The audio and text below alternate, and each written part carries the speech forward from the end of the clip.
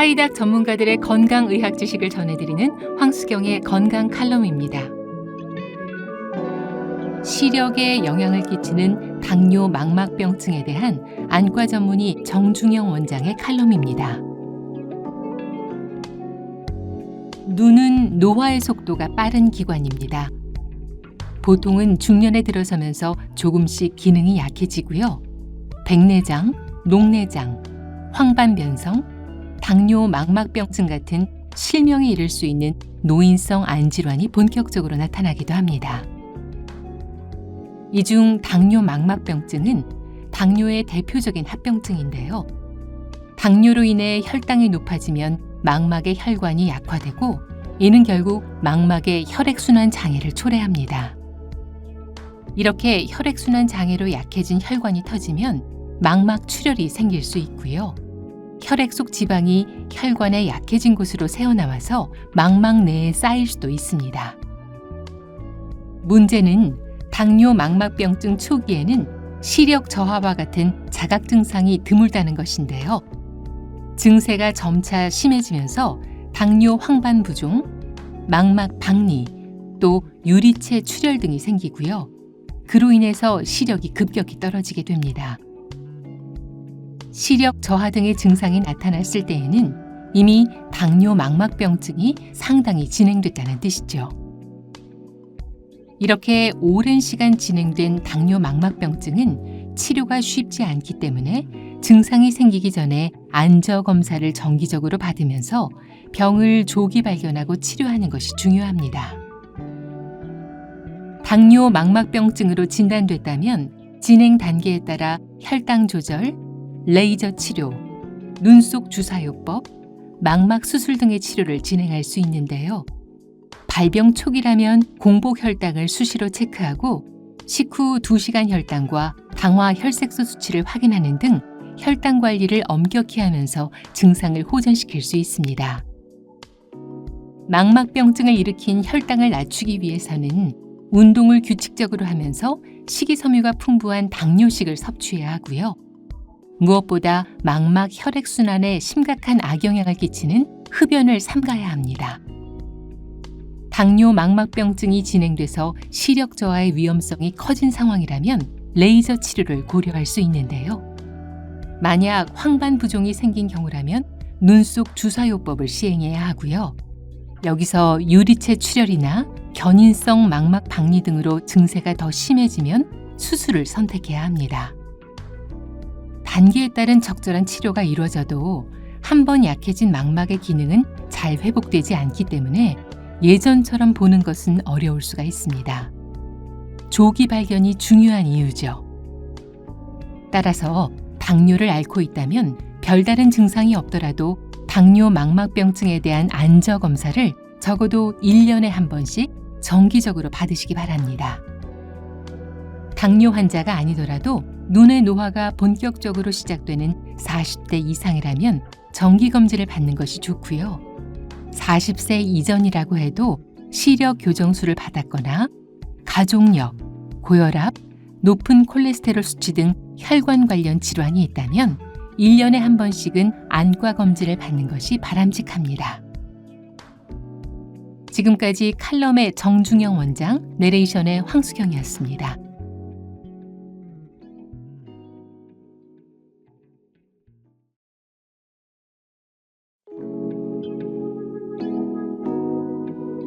하이닥 전문가들의 건강의학 지식을 전해드리는 황수경의 건강 칼럼입니다. 노인변비의 원인과 치료법에 대한 소화기내과 전문의 김정훈 원장의 칼럼입니다. 볼일을 잘 못 보는 것만큼 불편한 일이 없는데요. 우리나라 65세 이상 기준 만성변비 유병률은 30에서 40%, 전체 유병률이 16%인 것과 비교했을 때 꽤나 높은 수준인데요. 신체 장기의 노화, 그로 인한 생리기능의 저하가 노인변비의 주 원인입니다. 실제로 노화가 진행됨에 따라 배변 활동에 영향을 주는 대장, 항문, 골반 근육 등이 약해진다는 사실이 밝혀졌고요. 또 당뇨나 갑상선 기능 저하증, 파킨슨병, 척추 손상 같은 질환도 변비와 관련돼 있습니다. 이와 더불어서 적은 양의 식사, 신체 활동의 감소, 그리고 기저질환 때문에 먹는 다양한 약물이 노인변비를 부르기도 합니다. 항히스타민제, 항파킨슨제, 마약성 진통제, 우울증 약과 일부 고혈압 약들이 대표적이죠. 문제는 이러한 변비를 대수롭지 않게 여기는 경우입니다. 변비를 방치하면 복부 팽만감, 조기 포만감, 가스 팽창, 오심과 구토 증세가 같이 나타나서 삶의 질이 떨어지기 쉽고요. 합병증으로도 이어질 수 있습니다. 대표적인 것이 치질이고요. 항문 균열, 직장 탈장, 요도가 막히는 요패, 그리고 흔하지는 않지만 배변이 제대로 되지 않으면서 나타나는 장폐색증 역시 노인변비의 합병증입니다. 최근에는 만성 변비가 있는 사람은 치매 위험이 증가할 수 있다는 연구 결과가 발표되기도 했죠. 변비 때문에 병원을 가야 하냐 하는 분들도 계신데요. 혈변, 체중 감소, 혹은 변비와 함께 극심한 복통이 있을 때에는 전문 의료기관을 찾아서 원인을 파악해 봐야 합니다. 병원에서는 당뇨나 파킨슨병과 관련된 2차성 변비 유무를 파악하고요. 항문 직장수지 검사와 같은 이학적 검사로 기질적 원인을 감별합니다. 변비약을 장기 복용해도 되는지 염려하는 환자분들도 계신데요. 먼저 임의적인 약 복용은 내성이나 부작용 위험을 키울 수 있기 때문에 전문의를 통해 적절한 약물과 용량을 처방받으시길 권해드립니다. 변비약은 작용 기전에 따라 부피 형성 하제, 삼투성 하제, 자극성 하제로 구분하고요. 1차적으로는 부피 형성 하제나 삼투성 하제를 주로 투여합니다. 효과가 없는 경우라면 자극성 하제를 사용해 볼 수도 있지만 장기 투여에 대한 안전성 문제가 있기 때문에 신중히 처방해야 하죠. 치료만큼 중요한 것은 예방입니다. 기본은 배변 습관인데요. 변을 참지 말고 10분 이상 변기에 오래 앉아 있지 않아야 합니다. 운동은 주 3일에서 5일, 하루 20분에서 60분가량 중간 강도로 꾸준히 해주시고요. 평소 수분과 식이섬유를 충분히 섭취해야 합니다. 혹시 전에 없던 변비가 생겼거나 심한 복통이 있을 때, 대변의 굵기가 변했을 때, 또 의도치 않게 체중이 빠지거나 배변 시 피가 나오는 경우는 대장암의 신호일 수 있으니까요. 빠르게 내시경 검사를 받으시길 당부드립니다. 지금까지 칼럼의 김정훈 원장, 내레이션의 황수경이었습니다.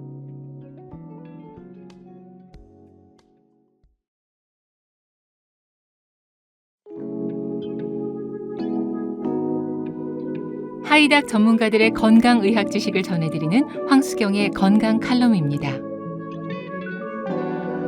검버섯 관리와 치료법에 대한 피부과 전문의 문정윤 원장의 칼럼입니다. 전에는 없었던 주름이 하나 둘씩 늘어가다 보면 나도 나이가 드는구나 실감하게 되는데요. 주름만큼이나 신경 쓰이는 것이 바로 검버섯입니다. 거뭇거뭇하게 피어오르는 반점은 노화의 상징처럼 여겨지죠. 검버섯의 정확한 이름은 지루각화증입니다. 피부과에서는 양성종양의 일종으로 보는데요. 흔히 노인들에게 생긴다고 생각하지만 사실은 중년 이상만 돼도 쉽게 나타날 수 있는 증상입니다. 검버섯은 갈색 또는 검은색을 띠어서 주변 피부와 경계가 확실한데요. 시간이 지나면서 색깔이 진해지고 크기도 커지고요. 표면은 마치 비늘이 낀 것처럼 기름기가 돌고 딱지로 덮이는 것이 특징입니다. 병변의 경우 매끈한 모양을 보이기도 하고 어떤 때는 울퉁불퉁하게 나타나기도 해서 사마귀로 착각하기도 하는데요. 실제로 조직을 채취해서 현미경으로 살펴보면 사마귀에서 볼 수 있는 각질세포의 변화가 관찰되지 않고요. 바이러스 감염에 의한 세포 변화 역시 없어서 구별할 수가 있습니다. 피부에 나타난 검은색 병변을 보고 혹시 피부암이 아닐까 염려하는 분들도 계신데요.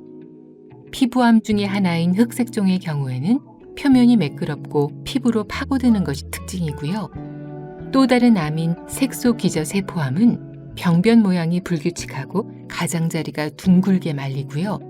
검버섯처럼 비늘이 덮여 있기는 하지만 병변 바닥이 붉고 피부와 경계가 불분명해서 검버섯과 구분되는 광선 각화증도 있죠. 피부암의 초기 단계라고 불리는 증상입니다. 이렇듯 피부암은 종류에 따라 양상이 다양한데요. 검버섯 같은 정상적인 종양과 암을 구분하고 진단하기 위해서는 5가지 요소를 주로 관찰해 봐야 합니다. 이른바 ABCDE 관찰법이라고 하는데요. 비대칭성, 불규칙한 경계, 다양한 색조, 직경의 크기, 그리고 병변의 변화입니다. 만약에 피부암이 의심되는 병변을 관찰했는데 이러한 조건에 걸리는 점이 발견된다면 조직 검사를 해서 암 여부를 진단합니다. 다행스럽게도 암이 아니고 지루각화증이라면 미용 목적의 치료를 진행할 수 있습니다. 양성 종양이어서 그대로 두어도 위험한 것은 아니지만요. 눈에 거슬린다면 시술로 제거할 수 있습니다. 레이저 치료가 대표적인데요. CO2 레이저나 어비움 야그 레이저로 병변을 깎아낼 수 있고요. 그 밖에 냉동 치료나 전기 소작술도 검버섯 치료법입니다. 치료 후 관리도 중요합니다. 레이저 치료 후에는 상처가 잘 아물 수 있도록 수분 밴드를 1-2주간 충분히 붙여둬야 하고요. 흉이 남지 않도록 피부 재생 연고를 잘 바르고 선글라스나 모자 등으로 자외선 차단에 신경 써야 합니다. 시술 후 최소 일주일간은 흡연과 음주를 피하시고요. 사우나와 격렬한 운동도 되도록 삼가시게 권해드립니다. 멜라닌 색소를 억제하기 위해서 비타민C를 꾸준히 먹는 것도 좋은 방법입니다. 지금까지 칼럼의 문정윤 원장, 내레이션의 황수경이었습니다.